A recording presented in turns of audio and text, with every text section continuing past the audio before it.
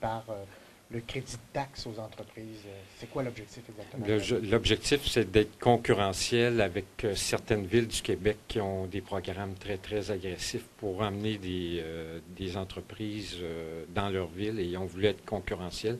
Et c'est nouveau. On est en train de tester ça. C'est un projet pilote que le ministère fait.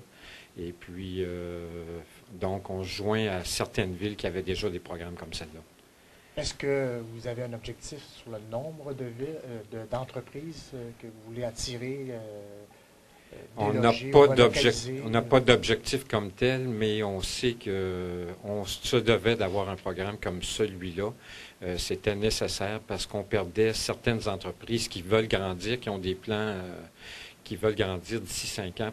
Par exemple, une entreprise qui a 50 employés veut peut-être d'ici 5 ans arriver à 400, 500 employés. Et on avait certaines difficultés à maintenir ces entreprises-là dans Gatineau. Donc, ça va venir nous aider aussi. Et dans tout le domaine manufacturier aussi, on va pouvoir cibler des entreprises qu'on veut amener à Gatineau. Est-ce que ça s'applique, par exemple, à un projet comme la laiterie d'Ottawa? Il faudra demander à nos services tantôt. Je ne sais pas si la laiterie se qualifie spécifiquement, mais on pourra vous répondre tantôt. On va prendre bonne note là, de la question. Ça va permettre aussi de relocaliser certaines entreprises. Quel genre d'entreprise vous voulez relocaliser? Bien, justement, il y a souvent des besoins en haute technologie. Si on regarde notre ville, souvent en haute technologie, on a des besoins d'agrandir des entreprises. Et certainement que c'est des entreprises qui vont bénéficier de ça. Est-ce qu'Ottawa est plus concurrentiel à ce niveau-là? Non, on l'a vu tantôt dans la présentation, il n'y a pas des programmes de crédit de taxe en Ontario, c'est pas permis. Il y a différentes mesures, mais pas celle-là, donc ça va être un avantage de plus pour Gatineau. Mais pour le contribuable moyen, monsieur, madame, tout le monde, le citoyen, c'est quoi les avantages de ça? Bien, c'est de créer des emplois chez nous, emmener des entreprises chez nous et de créer des emplois et se diversifier un peu et pas juste dépendre des emplois du gouvernement. Ça incite en fait les entreprises à se diriger vers les parcs industriels, si je comprends bien. Parce qu'on a parlé du PPU qui était mélangé à ça pour pas que ça soit des entreprises qui sont, par exemple, vers le centre-ville, qui veulent grossir. Bon, il y avait ça aussi. Oui, si on parle d'industrie, si on parle de manufacture, c'est certain que ça va être dans nos parcs industriels, mais ça pourrait, dépendant des projets, être pas nécessairement dans des parcs industriels, là, pourrait être dans le centre-ville, par exemple, mais plus, je vous l'accorde, c'est plus dans les parcs industriels. Pour ce qui est des ordures ménagères, là, il semble que le contribuable va assumer une hausse de taxes en raison de la collecte, l'enlèvement des ordures ménagères. C'est quoi la situation? Il n'y a rien de fixé encore. On attend on a eu les soumissions. Ils vont être présentés bientôt au conseil municipal. On peut s'attendre à une augmentation du coût assez importante parce que d'abord, c'est un marché très, très privé puis très compétitif et les prix vont augmenter passablement. M. Bureau, qu'est-ce que vous pensez? On change de sujet, là, les défibrillateurs. Oui. Hier, on a vu que ça n'a pas fonctionné, malgré qu'il y en avait à l'Arena. Qu'est-ce que vous pensez de ça? Bien, d'abord, ce que j'aimerais faire ce matin, parce que je viens d'apprendre la mort de la personne qui est décédée, d'abord offrir mes sympathies aux membres de la famille. Et j'aimerais aussi féliciter le citoyen qui était là hier, qui faisait partie de l'équipe et qui est intervenu très rapidement avec le défibrillateur. Et l'employé de l'Arena qui était sur place a appelé, lui, pendant ce temps-là, le 911. Et nos services d'incendie, on a une caserne pas très loin, sont arrivés très rapidement et ont pu se servir du même défibrillateur. Donc, j'aimerais offrir ce matin mes sympathies, mais je pense que la Ville a tout fait dans cet événement malheureux-là, a tout fait ce qu'il fallait faire. Tous les employés de l'Arena sont formés dans la RCR. On a plus de 200 employés qui sont formés aussi vis-à-vis les défibrillateurs. Et hier, notre défibrillateur a servi. Oui, mais là, hier, il semblait que les gens qui étaient sur place n'avaient pas la formation pour se servir du défibrillateur. Qu'est-ce qui va arriver dans les prochaines semaines? Il y a des centaines de joueurs de hockey qui vont se présenter, des adultes qui vont se présenter dans les arénas. Il y a des arénas où il semble qu'il n'y a pas, le personnel n'est pas tous formé. La très, très grande majorité de notre personnel est formé dans les arénas pour se servir de ces défibrillateurs-là. tous les employés de nos arénas sont formés aussi. Les soins, là, les premiers soins, là, ce qu'on appelle le RCR, peuvent intervenir.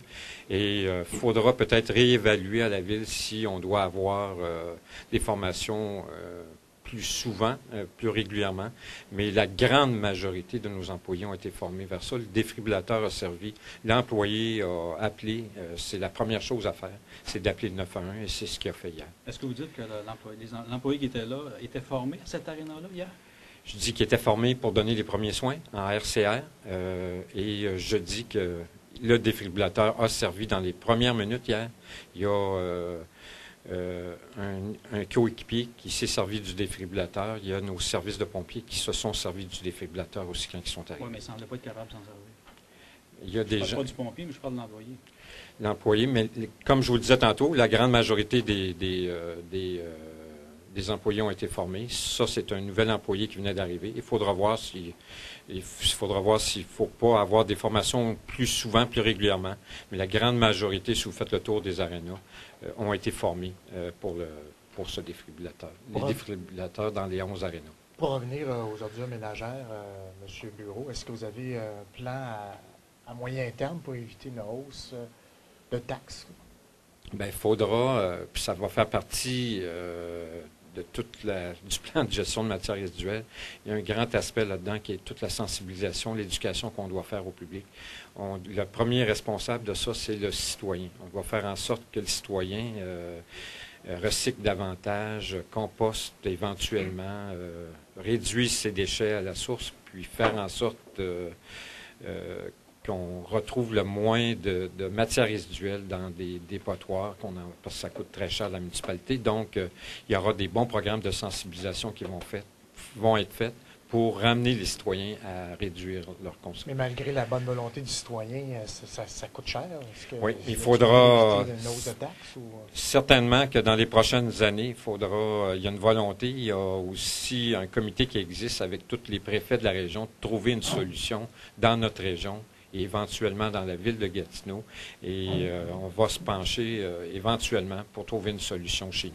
Pour le recyclage, est-ce que vous êtes plus en faveur d'une collecte pêle-mêle ou d'une collecte déjà triée? Ça a déjà été traité. On va avoir, pour le recyclage, ça va être une collecte là, dans un gros bac. Ça s'en vient. En 2008, les citoyens vont voir ça. Est-ce que vous êtes resté... C'est pêle-mêle, c'est ça. Est-ce que vous êtes resté surpris de voir qu'une collecte pêle-mêle, c'est environ juste 100 000 de plus par année qu'une collecte déjà triée?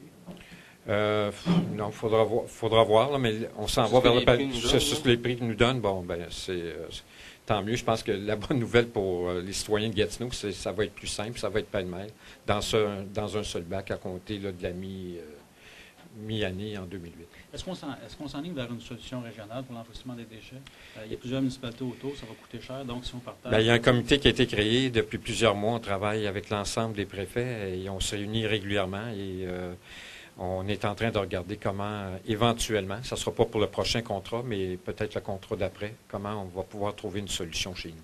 Et puis, l'élimination des déchets en produisant des gaz, là?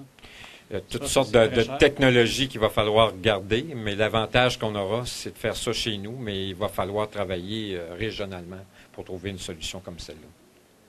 Merci beaucoup. Merci beaucoup.